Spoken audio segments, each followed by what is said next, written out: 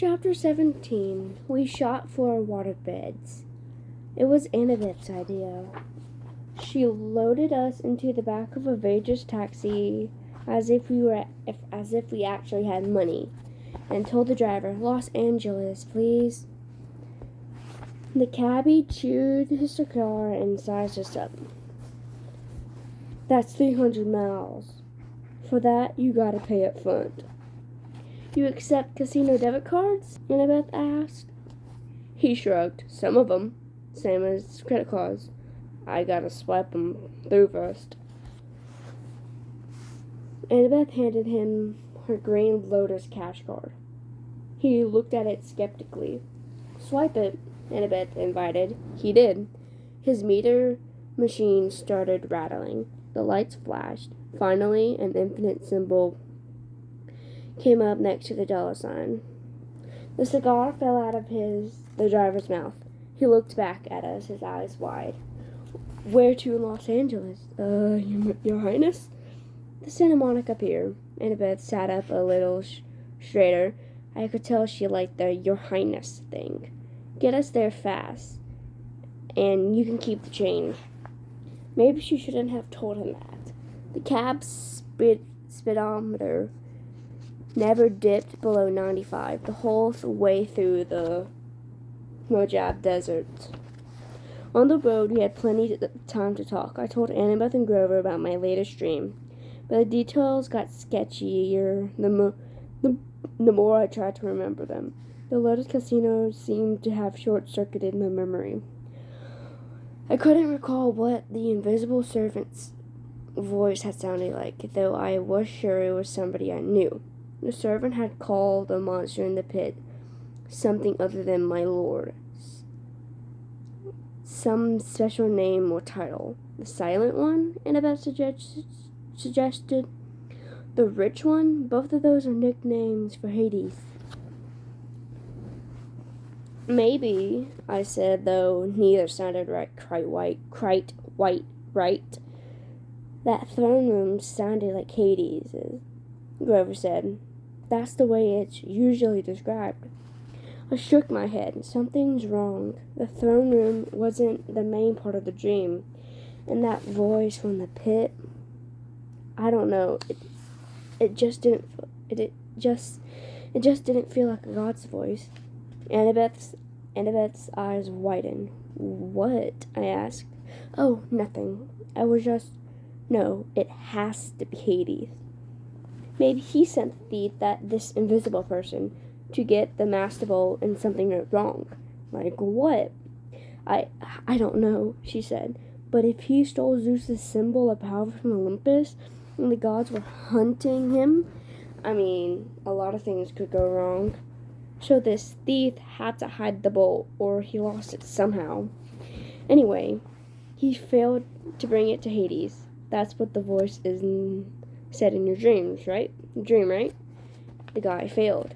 That would explain what the Furies were searching for when they came after us on the bus. Maybe they thought we had retrieved the bolt." I wasn't sure what was wrong with her. She looked pale. "But if I'd already retrieved the bolt," I said, why would I be traveling to the underworld?" "To threaten Hades," Grover suggested. "To bribe or blackmail him into giving you Mom back." I whistled. You have evil thoughts for a goat." "Why, thank you." "The thing in the pit said it was waiting for me for 2 items," I said. "If the Master Bolt is one, what's the other?" Grover shook his head, clearly mystified. Annabeth was looking at me as if she knew my next question and was silently willing me not to ask it. "You have an idea what might be in that pit, don't you?" I asked her. If it's not Hades." "Percy, let's not talk about it, because if it isn't Hades, no, it has to be Hades." Wasteland rolled by. We passed a sign that says, "California State Line, 12 miles. I got the feeling that I was missing one simple critical piece of information, like it was It was like when I stared at a common word I should know, but I couldn't make sense of it because one or two letters were floating around. The more I thought about my quest, the more I was sure that confronting Hades wasn't the real answer. There was something else going on, something even more dangerous. The problem was we were hurtling toward the underworld at 95 miles an hour, betting that Hades had the master bolt. If we got there and found out we were wrong, we wouldn't have time to correct ourselves. The soulless deadline would pass and war would begin. The answer is in the underworld, Annabeth assured me. You saw spirits of the dead, Percy. There's only one place that could be. We're doing the right thing. She tried to boost our morale by suggesting clever strategies for getting into the land of the dead. But my heart wasn't in it. There were just too many unknown factors. It was like cramming for a test without knowing the subject. And believe me, I'd done that enough times. The cab sped west. Every gust of wind through Death Valley sounded like a spirit of the dead. Every time the brakes hissed on an 18-wheeler, it reminded me of Unchada's reptilian voice. At sunset, the taxi dropped us at the beach in Santa Monica. It looked exactly the way LA beaches do in the movies, only it smelled worse. There were carnival rides lining the pier, palm trees lining the sidewalks, homeless guys sleeping in the sand dunes, and surfer dudes waiting for the perfect wave. Grover, Annabeth, and I walked down to the edge of the surf. What now? Annabeth asked. The Pacific was turning gold in the sunset.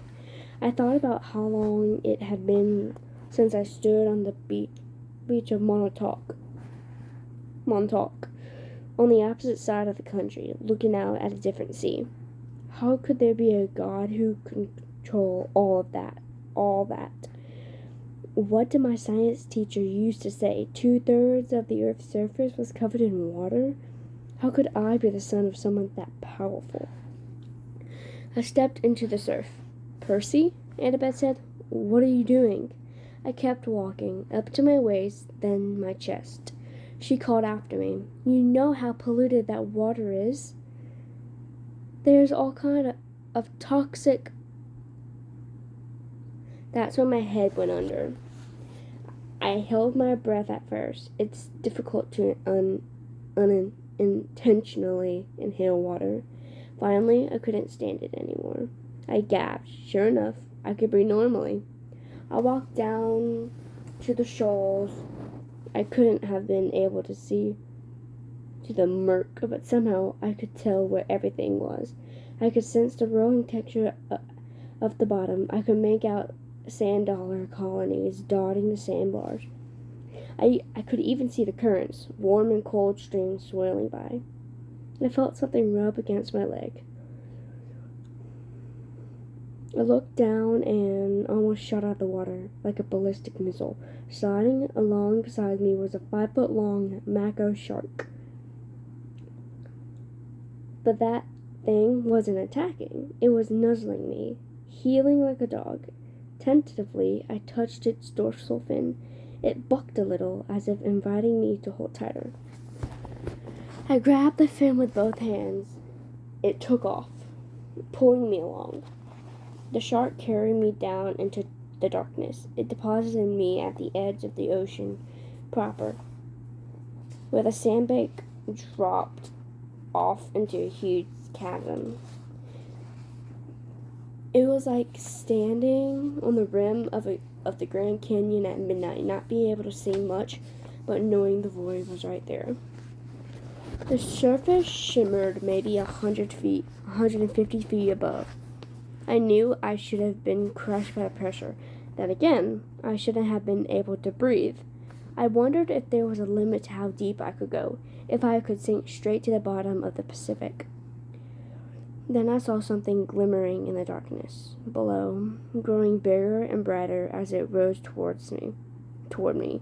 A woman's voice, like my mother's, called, "Percy Jackson." As she got closer, her shape became cleaner. She had flowing black hair, a dress made of green silk. Light flickered around her, and her eyes were so distractingly beautiful, I hardly noticed the stallion-sized seahorse she was riding. She dismounted. The seahorse and the mako shark whisked off and started playing something that looked like tag. The underwater lady smiled at me. "You've come far, Percy Jackson. Well done." I wasn't quite sure what to do, so I bowed. "You're the woman who spoke to me in the Mississippi River?"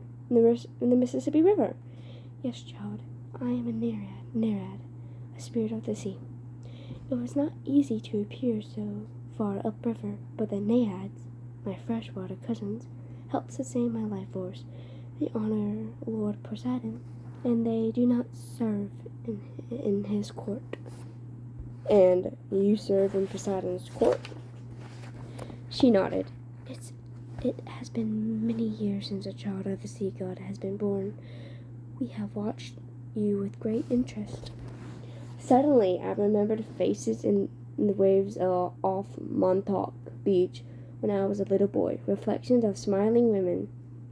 Like so many of the weird things in my life, I'd never given it much thought before. "If my father's so interested in me," I said, "why isn't he here? Why doesn't he speak to me?" A cold current rose out of the depths. "Do not judge the Lord of the Sea too harshly," the Naiad told me. "He stands at the brink of an unwanted war. He has much to occupy his time. Besides, he is forbidden to help you directly. The gods may not show such favoritism, even to their own children, especially to them. The gods can work by indirect influence only. That is why I give you a warning and a gift." She held out her hand. 3 white pearls flashed in her palm. "I know your journey to Hades' realm," she said. "Few mortals have ever done this and survived. Orpheus, who had great music skill. Hercules, who had great strength. Houdini, who could escape even the depths of Tartarus. Do you have these talents?" No, ma'am." But you have something else, Percy. You have gifts. You have only begun to know. The oracle have foretold a great and terrible future for you. Should you survive to manhood, Poseidon would not have you die before your time. Therefore, take these, and when you are in need, smash a pill at your feet." "What will happen?" "That," she said, "depends on the need. But remember, what belongs to the sea will always return to the sea." "What about the warning?" Her eyes flickered with green light. "Go with what your heart tells you, or you will lose all. Hades feeds on doubt and hopelessness. He will trick you if he can, make you mistrust your own judgment. Once you're in his realm, he will never willingly let you leave. Keep faith. Good luck, Percy Jackson." She summoned her seahorse and rode toward the void. "Wait," I called. "At the river. You said not to trust the gifts." "What gifts?" "Goodbye, young hero." She called back, her voice fading into the depths. "You must listen to your heart. You must listen to your heart." She became a speck of glowing green, and then she was gone. I wanted to follow her down into the darkness. I wanted to see the court of Poseidon, but I looked up at the sunset darkening on the surface. My friends were raiding. We had so little time. I kicked upward toward the shore. When I reached the beach, my clothes dried instantly. I told Grover and Annabeth what had happened and showed them the pearls. Annabeth grimaced. No gift comes without a price." "They were free." "No," she shook her head. "There is no such thing as a free lunch. That's an ancient Greek saying that saying that's translated pretty well into American. There will be a price. You wait. On that happy thought, we turned our backs to the sea. With some spare change from Arias's backpack, we took the bus into West Hollywood. I showed the driver the Underworld address slip I had taken from Auntie M's Garden Gnome Emporium, but he'd never heard of DOA recording studios. You remind me of someone I saw on TV, he told me. You a child actor or something? I'm a stunt double for a lot of child actors.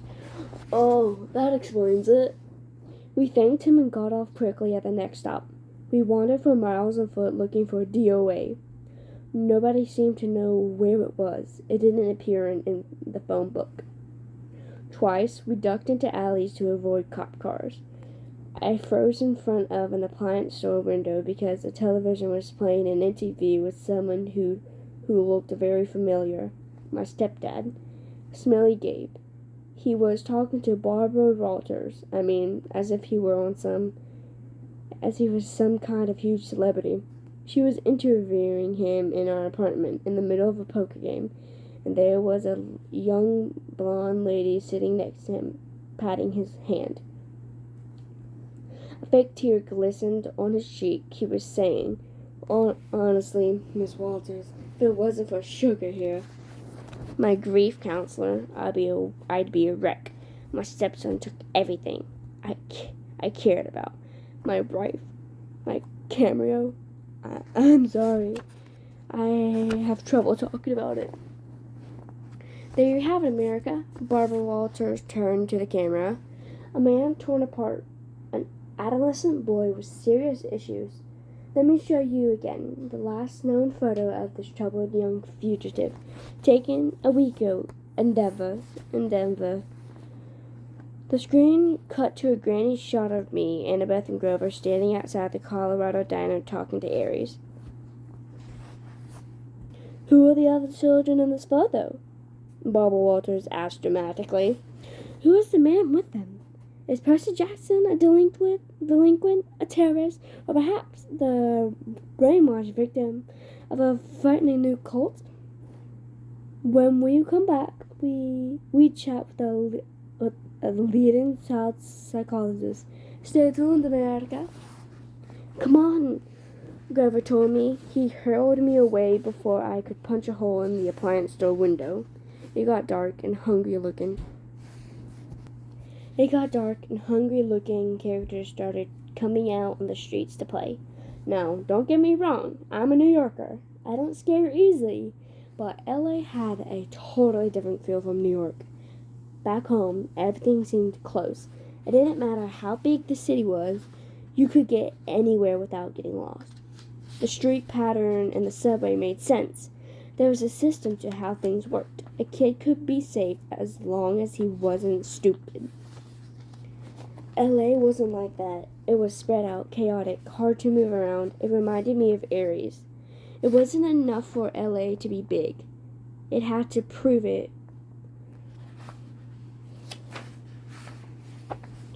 It wasn't enough for LA to be big.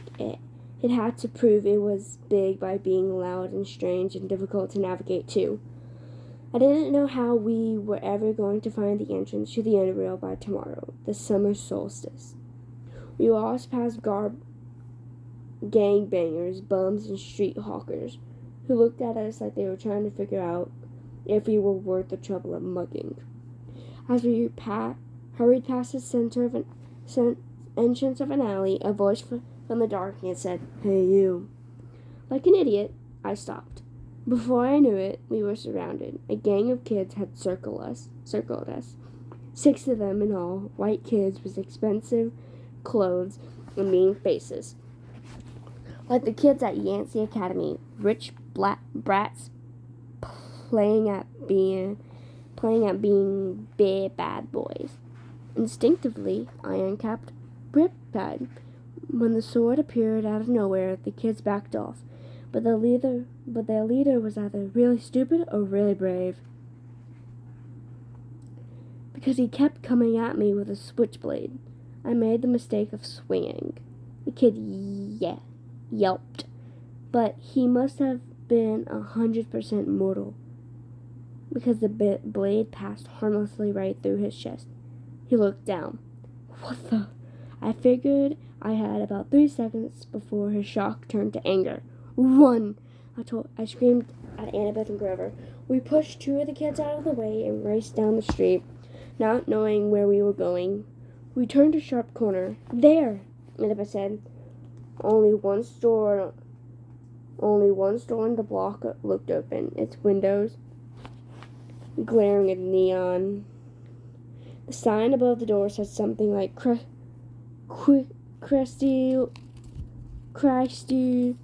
Water the Palace.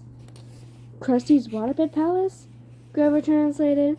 It didn't sound like a place I'd ever go except in an emergency, but this definitely qualified. We burst through the doors, ran behind a waterbed, and ducked. A split second later, the gang kids ran past outside. I think we lost them, Grover panted. A voice behind us boomed. Lost who? We all jumped. Standing behind us was a guy who looked about like a raptor in a leisure suit. He was at least 7 feet tall, with absolutely no hair. He had gray, leathery skin, thick-lidded eyes, and a cold reptilian smile. He moved towards us slowly, but I got the feeling he could move fast if he needed to. His suit might have come from the Lotus Casino. It belonged back in the 70s, big time. The shirt was silk paisley, unbuttoned halfway down his hairless chest. The labels on his velvet jacket were as wide as landing strips. The silver chain around his neck, I couldn't even count them. I'm Krusty, he said with a tartar yellow smile. I resisted the urge to say, yes, you are. Sorry to barge in, I told him. We were just, browsing. You mean hiding from those no-good kids? He grumbled. They hang around every night. I get a lot of people in here thanks to them. Say, you want to look at a waterbed? I was about to say no thanks when he put a huge paw on my shoulder and steered me deep into the showroom. There was every kind of waterbed you could imagine. Different kinds of wood, different patterns of sheets. Queen size, king size, emperor of the universe size. This is my most popular model. Krusty spread his hands proudly over a bed covered in black satin sheets with built-in lava lamps on the headboard. The mattress vibrated, so it looked like oil-flavored jello.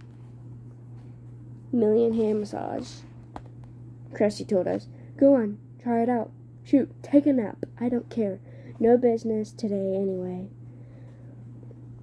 I said, I don't think. Million hand massage! Grover cried and dove in.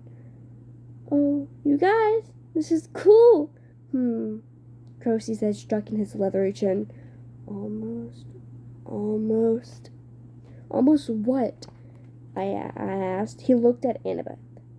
Do me a favor and try this one over here, honey. Might fit.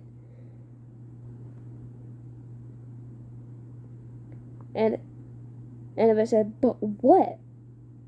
He patted her reassuringly on the shoulder and led her over to the Safari Deluxe model with teakwood lions carved into the frame with a leopard pattern comforter. When Annabeth didn't want to lie down, Krusty pushed her. Hey, she protested. Krusty snapped his fingers. Go. Rope sprang from the sides of the bed, lashing around Annabeth, holding her to the mattress. Grover tried to get up, but Rope sprang from his black satin bed too, and lashed him down. Not cool, he yelled, his voice vibrating from the million hand massage. Not cool at all. The giant looked at Annabeth and turned toward me and grinned. Almost. Darn it. I tried to step away, but his hand shot out and clamped around the back of my neck. Whoa, kid, don't worry. We'll find you one in a sec. Let my friends go. Oh, sure I will, but I got to make them fit first. What do you mean? All the beds are exactly 6 feet, see? Your friends are too short. Got to make them fit. Grover and Annabeth kept struggling. Can't stand imperfect measurements, Krusty muttered. Ergo. A new set of ropes leaped out from the bottom and top of the beds, wrapping around Grover and Annabeth's ankles, then around their armpits. The rope started tightening, pulling my friends from both ends. Well, don't worry, Krusty told me. These are stretching jobs. Maybe 3 extra inches on their spines. They might even live. Why don't we find you a bed you like, huh? Percy! Grover yelled. My mind was racing. I knew I couldn't take on this giant waterbed salesman alone. He would snap my neck before I even got my sword out. Your real name's not Krusty, is it? I asked. Legally, it's Procustus, he said. The stretcher, I said. I remember the story. The giant who tried to kill Theseus with excess hospitality on his way to Athens. Yeah, the salesman said. But who can announce Procustus? Bad for business. Now, Krusty, anybody can say that. You're right. It's got a good ring to it. His eyes lit up. You think so? Oh, absolutely, I said. And the workmanship on these beds, fabulous. He grinned hugely, but his fingers didn't loosen on my neck. I tell my customers that every time. Nobody bothers to look at my workmanship. How many built-in lava lamp headboards have you seen? Not too many. That's right. Percy, Annabeth yelled. What are you doing? Don't mind her, I told Procustus. She's impossible. The giant laughed. All my customers are. Never 6 feet exactly. So inconsiderate. And then they complain about the fitting. What do you do if they're longer than 6 feet? Oh, that happens all the time. It's a simple fix. He let go of my neck, but before I could react, he reached behind a nearby sales desk and brought up a huge double-bladed brass axe. He said, I just center this subject as best I can and lop off whatever hangs off on either end. Ah, I said, swallowing hard. Sensible. I'm so glad to come across an intelligent customer. The ropes were really stretching my friends now. Annabeth was turning pale. Grover made gurgling sounds, like a strangled goose. So Krusty, I said, trying to keep my voice light. I glanced at the sales tag on the Valentine-shaped honeymoon special. Does this one have dynamic stabilizers to stop wave motion? Absolutely. Try it out. Yeah, maybe I will, but would it work even for a big guy like you? No waves at all? Guaranteed. No way. Way. Show me. He sat down eagerly on the bed, patted the mattress. No waves, see? I snapped my fingers. Ergo. Rope slashed around Krusty and flattened him against the mattress. Hey! He yelled. Center him just right, I said. The ropes readjusted themselves at my command. Krusty's whole head stuck out the top. His feet stuck out the bottom. No, he said. Wait, this is just a demo. I uncapped Riptide. A few simple adjustments. I had no qualms about what I was about to do. If Krusty were human, I couldn't hurt him anyway.